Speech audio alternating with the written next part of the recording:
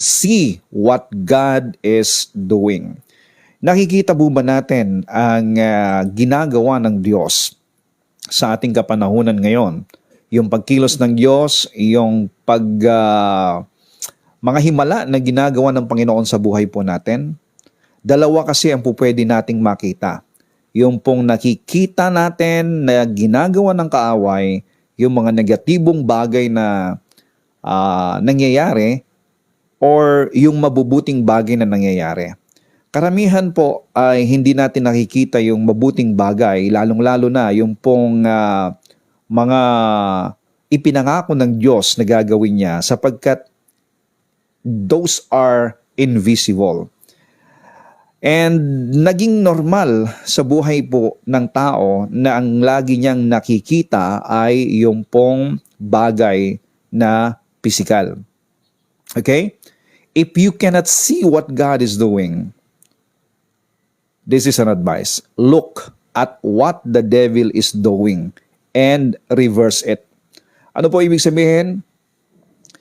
Kung nakikita mo na parang merong mga bagong sakit na dumarating sa mundong ito, then reverse it. Dapat mong makita that the Lord also is bringing a new wave of healing. Kasi anumang bagay na ginagawa ng kaaway, merong laging solusyon ang Diyos. What is visible is temporal. Yung pong mga nakikita natin, lalong-lalo na yung mga pangit na yan, yung mga bagay na hindi maganda, those are temporal. What is visible, the enemy does, is temporal. But what God does is eternal. Kaya sabi po ng 2 Corinthians 4:18, we fix our eyes not on what is seen, but on what is unseen. Since what is seen is temporary, but what is unseen is eternal. Gustong ipakita ng diablo, ng kaaway, ang mga bagay na nakikita ng ating mga mata para patunayan niyang hindi totoo ang salita ng Diyos. Pero alam natin that the devil is a liar and he is just deceiving many. Dinideceive niya lamang po upang mawala yung ating pagsampalataya o pagtindig sa katotohanan ng salita ng Diyos. Mga kapatid, everything that is seen, yung nakikita natin na parang nakakatakot o yung mga pangit na yan is temporal. But praise the Lord, everything that is unseen is eternal life. Nakikita to ng kaaway. Actually, the devil can see it. The devil can see what is good that God promised coming into your life. Nakikita niya yan. And he tries to play catch up. He tries to come against it in the realm of the visible. Alam ng kaaway na lahat ng pangako ng Diyos ay darating sa iyong buhay, sa ating buhay, mangyayari sa atin.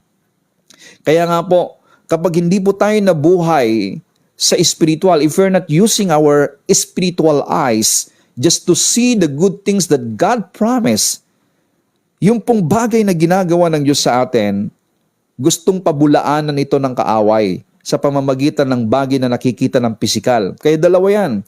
Pwedeng ang tinitingnan mo ay yung bagay na pisikal, bagay na temporal, o yung bagay na spiritual, bagay na eternal. In the midst of darkness, the devil brings, we are not left without instruction from the Word of God.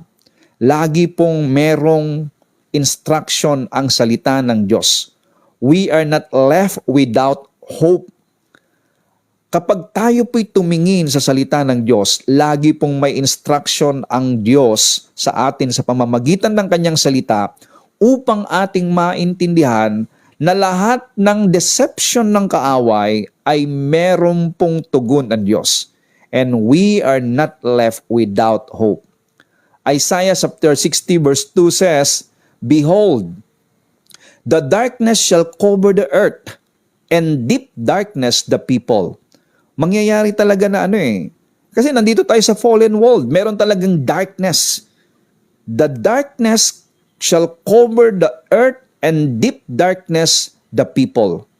malalambungan ng kadiliman ng kaisipan ng mga tao dito sa mundong ito. It was prophesied in Isaiah chapter 60 verse 2. But, eto ngayon, ang in contrast, but the Lord will arise over you, and His glory will be seen upon you.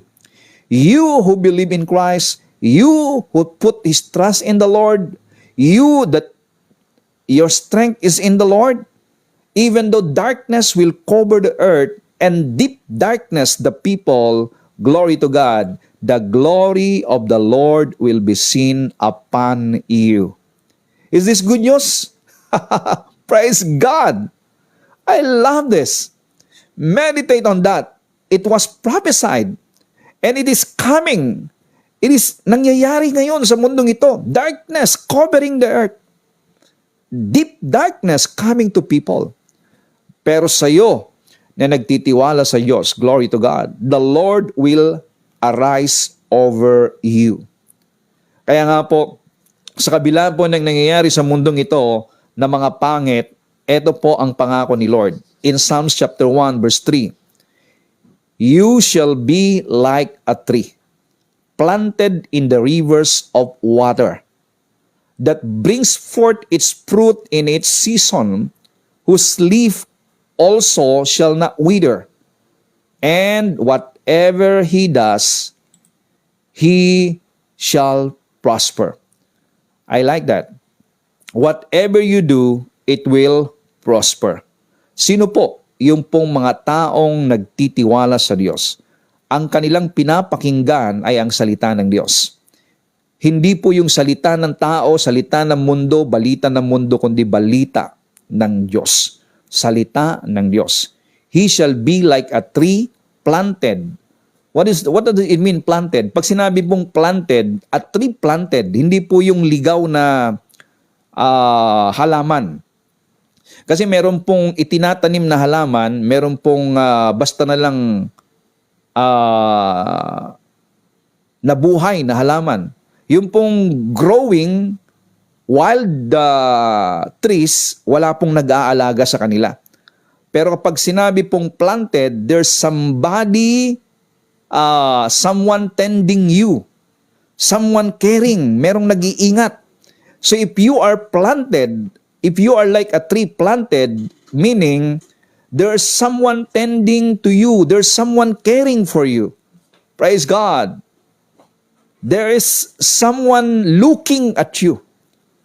You are like a tree planted, meaning the Lord is looking at you, the Lord is tending of you, the Lord is caring you. And by the rivers of water, planted by the rivers of water. Ibig sabihin po,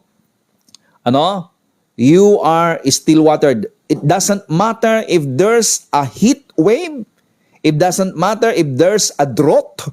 It doesn't matter if there is a La Nino, walang tubig, walang ulan, ano man po ang mangyayari, it doesn't matter. Why? Because you are planted by the rivers of water. Pakisabi nga ninyo dyan, I am planted by the rivers of water. If you are planted, you are under care. You are under the care of one planting you, and it is the Lord who planted you. And you are not planted in the desert. You are not planted in a dry land. You are not planted in a drought land. You are planted in the rivers of water. You are still watered. Glory to God. Ano po sabi? That brings forth of its fruit in its season, whose leaf also shall not wither. Ibig sabihin, you will be healthy and strong, not susceptible to aging. Meaning, kapatid, ikaw ay laging sariwa, healthy. You are healthy and strong in the midst of drought, in the midst of any darkness coming into this world. See what God is doing in your life. You are like a tree planted in a rivers of living water. Kaya nga po, ang buhay mo kay Jesus ay paganda ng paganda. Pasagana ng pasagana, paunlad ng paunlad, pasaya ng pasaya. Yan ang buhay ng isang taong nagtitiwala sa Diyos, nakatindig sa kanyang salita, that even though sinabi po ng Isaiah 60, chapter 60 verse 2, that there's darkness coming into this world, the Lord will rise upon you. Glory to God. And the Lord is caring of you. At ito, whatever He does shall prosper. Ano man ang gagawin mo, it will prosper. God never exaggerates, my friend. Whatever we do prospers. And listen to this, even in our mistakes. Kahit tayo po'y nagkamali, the Lord will reverse it because God wants you to experience goodness. Kaya, maski nagkamali tayo ng desisyon, maaring ikaw ay nabiktima ng panloloko, nabiktima ka ng scam, nabiktima ka ng anumang bagay, all of your losses will become a huge seed that is sown that someday you will going to reap a harvest. Whatever the work of your hands will prosper. Glory to God. Kaya huwag kang malungkot, kapatid. Huwag kang ma-depress sa mga bagay na nangyayari o mga naging kapagkakamali mo. Speak what the Word of God says, whatever I do, it will prosper. Whatever the works of your hands, it will prosper. God's provision is always greater than your problem. Sulat nga po ninyo yan, God's provision is always greater than my problem. Tingnan po ninyo, no? Kapag meron pong mga problema, even during the time of the Israel, no? The Bible times, darkness, dumarating po ang darkness sa buhay po ng mga Israelita. Pero lagi pong nagpo-provide ang Diyos ng solusyon. There was a time when the leader of Israel, si Saul, ay nag-fell. He was oppressed by evil spirit. So, anong mangyayari kapag ang leader ng isang bansa ay oppressed by the devil? Could you imagine, no? Sinasaniban na masamang espiritu yung leader. Talagang darkness talaga ang darating, ano? Puno ng galit, puno ng inggit, puno ng selos, kasi selos na selos siya kay David eh. So, the nation is struggling. They can even defend themselves. Nasa prone sila ng pagkasakop ng kaaway. Kasi walang leader na mangunguna sa kanila. Possess yung leader nila. Pero you know what? In the midst of that, God said in 1 Samuel 16:1, I have provided myself a king. Hindi pababayaan ng Diyos ang kanyang mga tao. Hindi pababayaan ni Lord yung kanyang mga pinili. Kaya yung bansang Israel ngayon, ay, panatag tayo yan. The Lord will not abandon Israel. There is a promise of God to Abraham. So, dito po kay Saul during the dark age or dark time of the Israel, no? During sa kingship ni King Saul, no? During that time of darkness, when Israel's enemies were gaining around, when Israel was trying to defend herself, when the king was oppressed by an evil spirit, God provided someone who breathed in the atmosphere of heaven. Pinili po niya o ni-raise up po niya si David. Tingnan nyo. And the Bible says that David served his generation. We can see that in Acts chapter 13:36. So, we will be like David. We will serve our generation, my friend. Today, God is raising many Davids. God is raising many Esthers, many Ruths, many Gideons. Lagi pong nagtatayo ang Diyos ng somebody para pangunahan ng kanyang bayan. If there is a problem, there is always a great solution. There is always a miracle. God's protection is upon His people. God's protection, my friend, is upon you. Tingnan nyo, gusto ko pong kunin yung kwento ng kung paano prinotektahan ni Lord ang kanyang mga tao at ang kanilang mga pamilya during the time na nagkakasala po sila. The children of Israel about to enter Jericho during that time, no? Dito po sa kwento kung paano po pumasok ang mga Israelites doon po sa Jericho. Alam natin yung kwento na yung 12 tiktik at yung pong 10 tiktik, ang nakita po nila nung sila po'y pumasok sa Jericho ay yung pong kaaway. Yung pong mga laki, titikas ng mga kaaway, yung pong kanilang galing, galing ng kaaway. So nakita nila yung kalaban. Nakita nila na hindi nila kayang sakupin ang Jericho. Pero alam ba ninyo, ang nakita po ng 2 tiktik ay iba. Ang nakita po nila ay yung pong yaman ng lugar. Ang nakita nila ay yung pong ganda ng mga halaman. Hitik na mamunga ang kanilang mga halaman. Yung yaman ng ganda ng lugar, kaya excited sila. Hindi po nila nakita yung kaaway. Hindi nila nakita yung mga tao sapagkat alam nila na ang Diyos ang siyang magbibigay sa kanila ng tagumpay. Kaya kapag tayo po'y tumitingin sa sitwasyon, mga kapatid, depende kung kanino ka o saan ka nakapokus. Katulad po ng mga 12 tiktik, yung 10 tiktik, nakapokus sila doon sa kaaway. Tumingin sila doon sa laki ng mga kaaway, armas ng mga kaaway, kaya natakot sila. Pero yung si Caleb at si Joshua, tumingin sila doon sa yaman ng lugar. Ang gandang tirhan nito.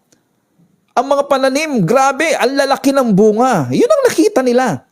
Kaya, depende sa perspective mo talaga eh.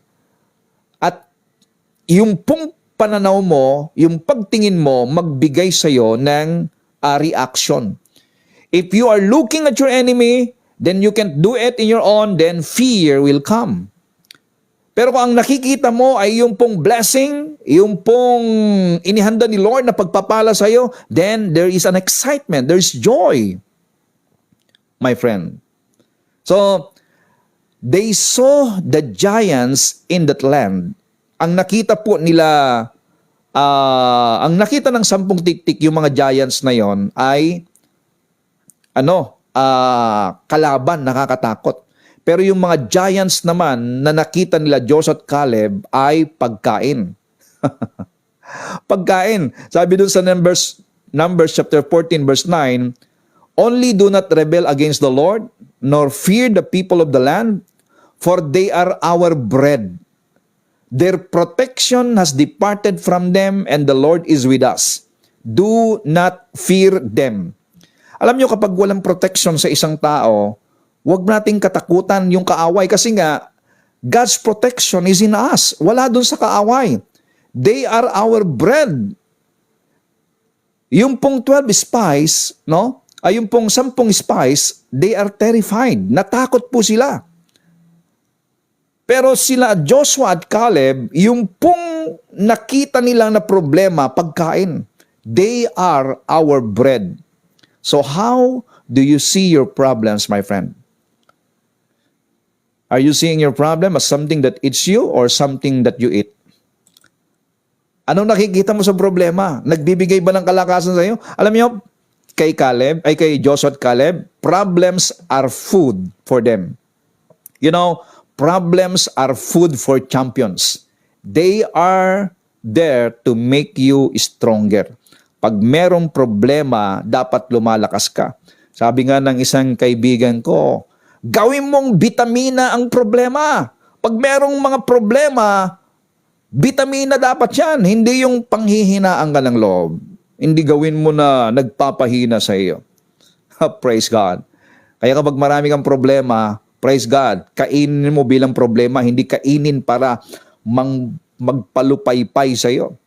Ganyan po ang ginawa nila Joshua at Caleb, no? Sa problema. They had a different spirit and they were the ones who entered the promised land. Dahil determinado sila pong nakapasok doon. Could you imagine, ano?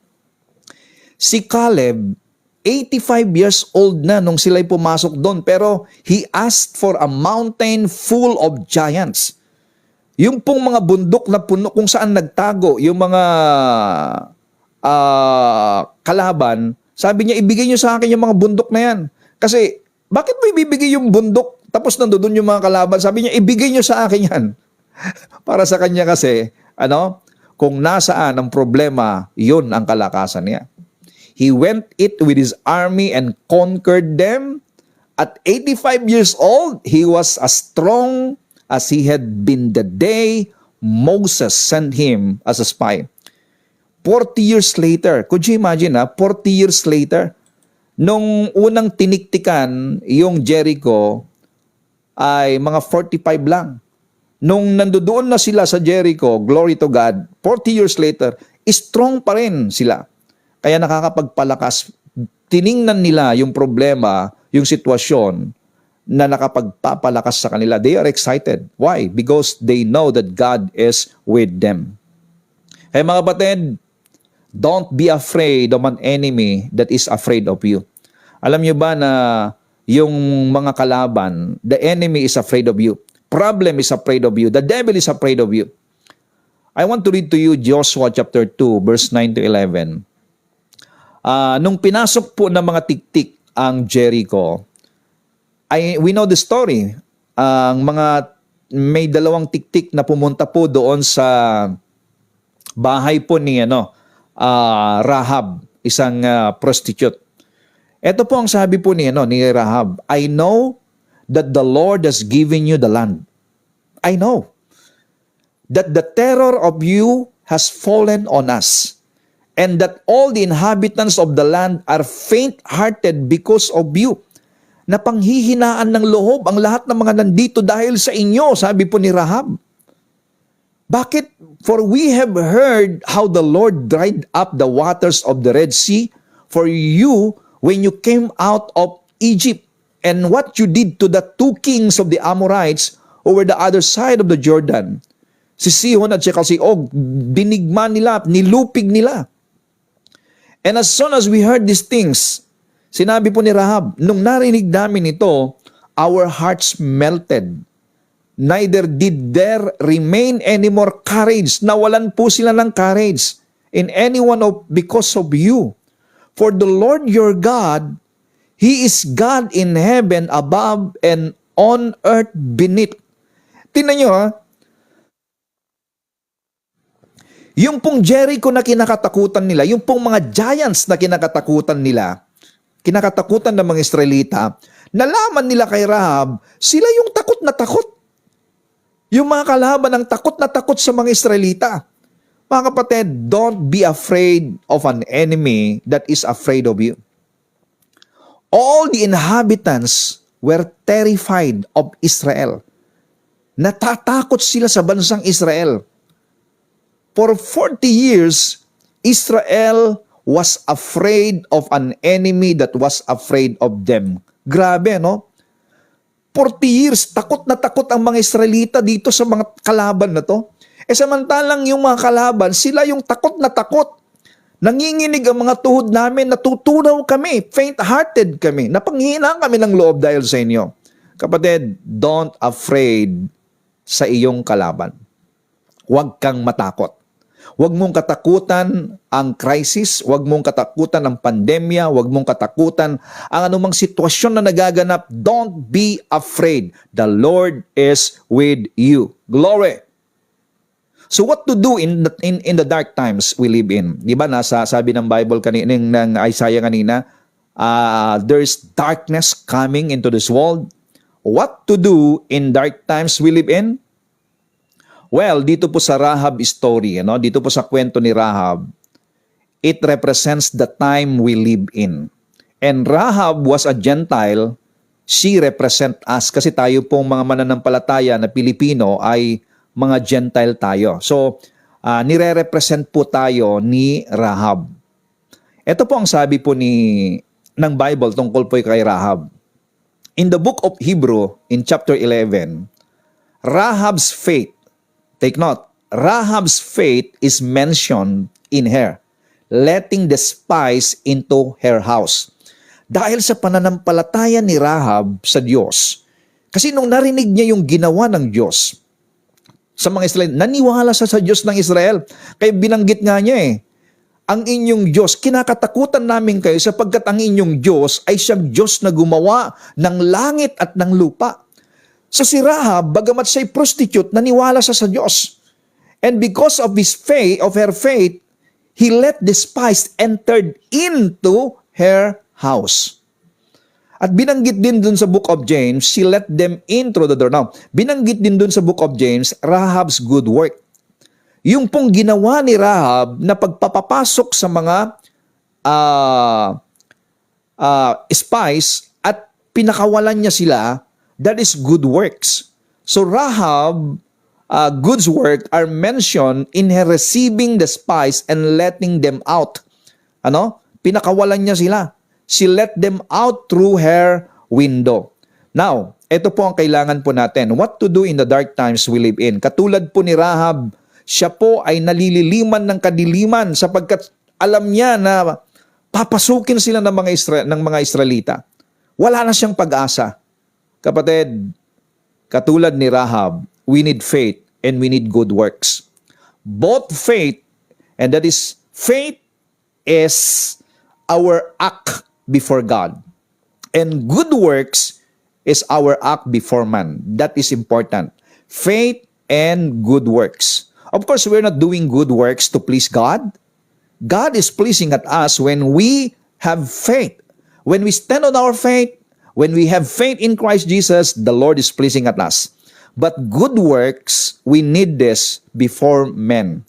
Kaya sabi mo ng Bible, pagningasin ninyo ang inyong ilawan upang makita ng mga tao ang inyong mabubuting gawa.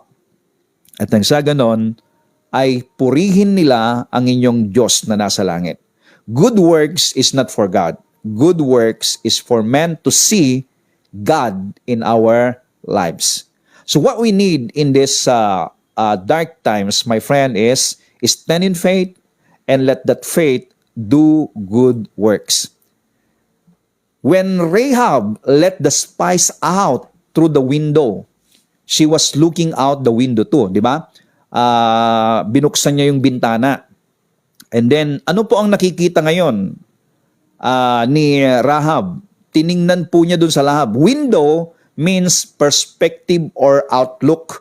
Pag tumingin kayo sa mga bintana ninyo, nakikita po ninyo yung perspective o the outlook. She was looking out the window with her back turned against the city. Actually, sa likuran yun Sa likuran ng bahay niya. At dun sa bintana na yon, nakaharap po yung bintana doon sa kung saan pwedeng tumakas ang mga tiktik. At habang siya nakaharap sa bintana, nakatalikod siya doon sa city. At ang city na yon, yun po yung i-destroy. Yung city na yon, nandoon po yung, darkness. Nandoon po yung gawa ng kaaway. Nandoon po yung kadiliman sa kanyang likuran. At siya po'y nakaharap sa bintana. She was looking out the window with her back turned against the city. When she looked out the window, she saw the glory of God. Nakita niya ang kalwalhatian ng Diyos. And what's that? God's presence. She saw the Ark of the Covenant. She saw God's people. Kasi nga, yung bintana na yon nakaharap kung saan nasa ng mga Israelita. Kung saan nandoon ang covenant ni Lord. Kung saan nandoon ang presence ni Lord. Kapatid, behind her was darkness reigned. Behind the Rahab, nung siya po'y nakaharap sa bintana, doon sa likuran niya, nandoon po yung kadiliman, nandoon ang mundo ng kasalanan. Pero ang kanyang mata ay nakaharap sa Diyos. So what we gonna do? In times of darkness, we have to look on to the glory of God, look on to the promise of God. We have to look on and acknowledge the presence of God in our lives. We have to look on to the covenant of the Lord. God has a promise for us. Praise God. In front of Rahab, she sees the light and glory. And behind her, darkness and moral degradation. Huwag tayong tumingin sa mundo na puno ng darkness. Huwag tayong tumingin sa mundo na puno ng walang direction. What we're gonna do is to look onto the window where we can see the presence of God, where we can see the covenant of God, where we can see and hear God's promises unto us, my friend. See what God is doing. And we know the story. Sapagkat si Rahab ay nagkaroon ng pananampalataya at yung kanyang pananampalataya ay nagbunga ng mabuting gawa nung na-destroy ang Jericho. Jericho was destroyed but Rahab and her family stand. Sila po, they were saved. Kaya ganyan po ang mangyayari sa mundong ito na ating kanalalagyan. Anuman po ang kadilimang nagaganap sa mundong ito, this world might be destroyed, but we are standing in the promise of God because we have faith in Christ Jesus alone. Glory, hallelujah. So see what God is doing. Stand on your faith no matter what. Gawin ninyong bitamina ang anumang problema na dumarating sa inyo, mga kapatid. And hallelujah, glory to God. You can testify God is a good God. Father, in the name of Jesus, I declare that your word today may enlighten us. May give us strength, Lord God, that whatever darkness coming into this world, it is normal because it was prophesied, Lord God, that we are living in this fallen world. But, hallelujah, you come unto us, you're gonna arise unto us, and let your glory shine upon us, Lord. So I speak right now that your glory be to every people in Jesus' name, to every one of you. Let the glory of the Lord, the face of the Lord, the presence of the Lord, the blessing of the Lord, the favor of the Lord be upon you in Jesus' name. Receive it. Receive it in Jesus' name. Thank you, Lord. Amen and amen. Hallelujah.